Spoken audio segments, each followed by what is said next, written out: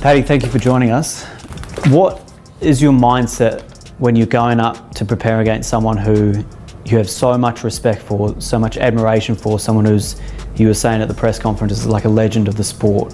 What is it like knowing you're going in to face someone like Justin Gaethje? Yeah, well, this is what you've always wanted to do. You've always wanted, coming up to your career, you want to fight these people that you've always looked up to, and it's sad to say that I think I'm going to retire them. You know what I mean? I'm preparing to beat them up in all facets of MMA, whether it's on the ground or whether it's on the feet. I'm preparing to beat them up. So, as I say, it's sad to say, but I'm more than likely going to retire him. I don't know if he'll fight again. I think a lot of the fans understood why you weren't going to fight Paddy Pimblett in a non-championship setting, but now it is for a belt, and that is the fight that is in front of you. What are your thoughts on it? Yeah, no, Paddy Pimblett, I mean, this guy's got a ton of momentum, you know, a ton of confidence, and those are two variables that are tough to beat. I'm going to have to really steal that momentum early and stay in my shell. You know, I know this kid's going to be trying to kill me, and I know he's going to make mistakes, so I have to be ready to take advantage of these mistakes and fight a perfect fight. At the highest level, it's who makes mistakes first, and I'm going to need to teach him that. He hasn't lost in the UFC. He's the younger man. Those things can be factored into a betting line. Have you seen the odds for the fight? Yeah, I love that I'm an underdog. I think I'm 8-2 or 8-3 as an underdog in the UFC. 2017, I fought the top 5 in the world every year, consistently, and I'm still here. If I wasn't as good as I am, then I wouldn't be here, and I still am here because I am one of the best in the world. It's just such a crazy sport. It's such a... Paddy the Baddy plans to beat up Justin Gaethje. I'm sure that doesn't come as a surprise to you. Paddy the Baddy believes he can beat Justin Gaethje up on the feet. That might come as a surprise to you. Paddy the Baddy says that he's a weird fighter. He knows he's a weird fighter, and you can't bring anybody into training camp to mimic him, that he wrestles weird and he grapples weird. The train, what I got to gain, not the game of fame, already popped the range, I come through like Dr. Strange, till the name with me with the game, got up in the same, cocaine flow in your vein,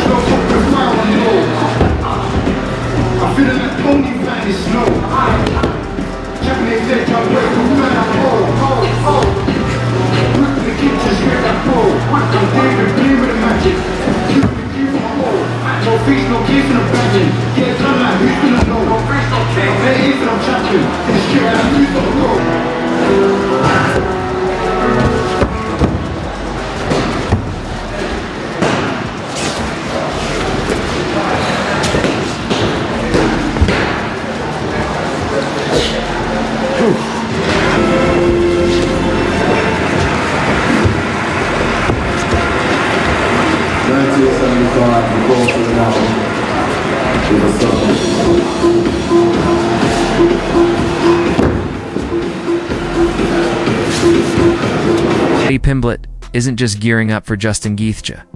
He's bracing himself for a full-scale battle.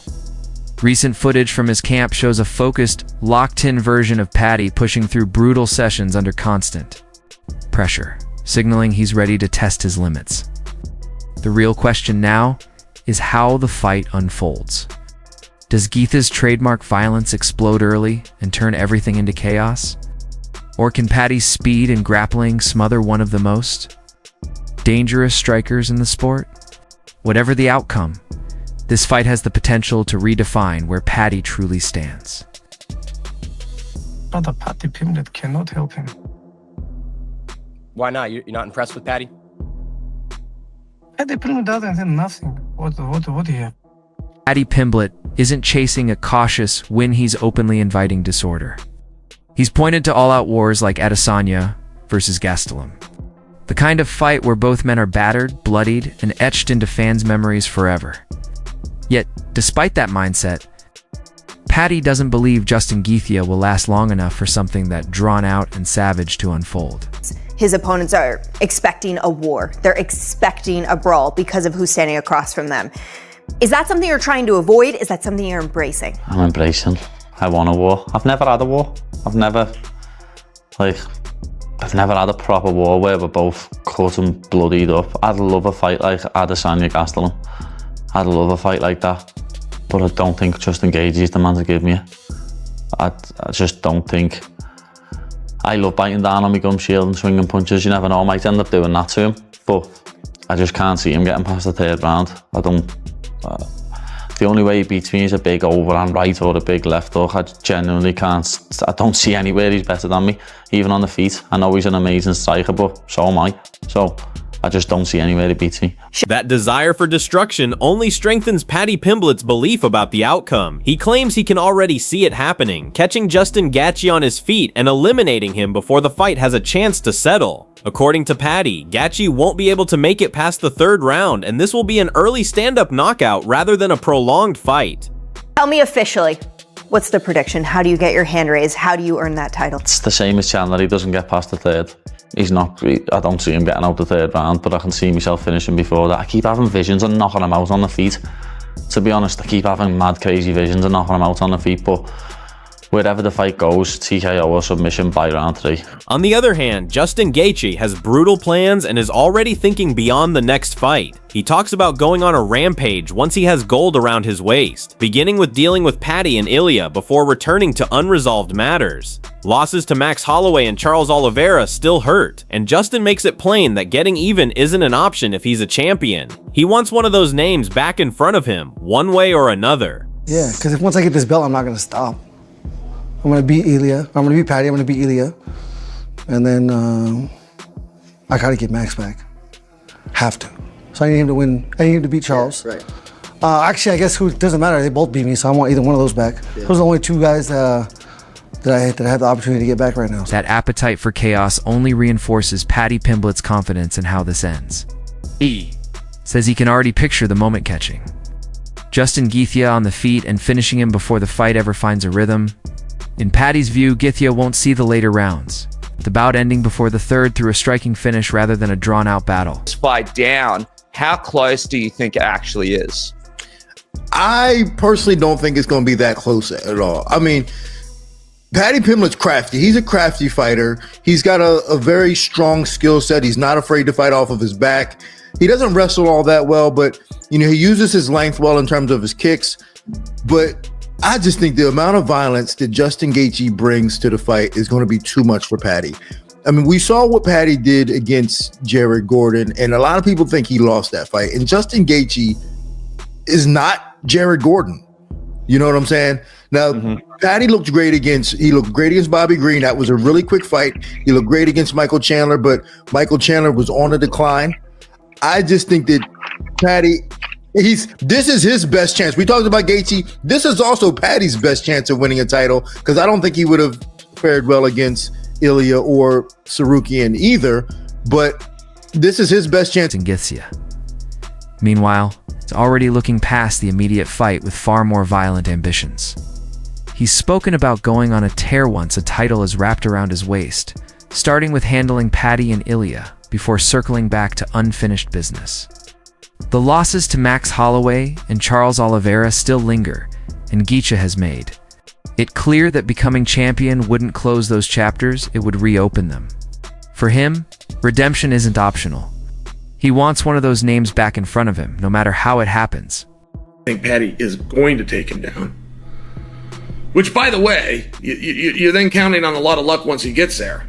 You know, or a lot of good success once he gets there, keeping him there, submitting him, passing to positions, pounding him out, whatever it is you think's going to happen. But it has to start with the takedown, if you subscribe to that. And meanwhile, the argument would be if it stays on his feet that it would go to Gaethje. Is it that straightforward? It's not only the fighters offering predictions and weighing in as well. Dan Thomas doesn't see this matchup as especially competitive. He credits Paddy Pimblett for his creativity, comfort fighting off his back, and intelligent distance management. He doesn't believe those strengths will be enough to withstand the level of aggression Justin Gaethje brings. In his assessment, Gaethje operates at a completely different gear, and even if this represents Paddy's best chance to move toward a title, the separation between them should become obvious once the fight gets underway. And based on what we've seen, I could see where you could come to that conclusion. I'm just sharing, if you follow the sport as a whole, we don't really see that anymore. We don't really see a lot of this, you know, this guy's the better striker and this guy's the better grappler. That's very 1993 thinking. And we've dismissed Paddy for so long. I mean, I feel like we've dismissed him for 8 fights. Is he now 8-0 in the UFC? That's off the top of my head, but I think I'm right. Is he now 4 years in the UFC? That's off the top of my head, but I think I'm right. And yeah, he does favor grappling, but he used to favor grappling to submissions. Now he's favoring grappling to ground and pound.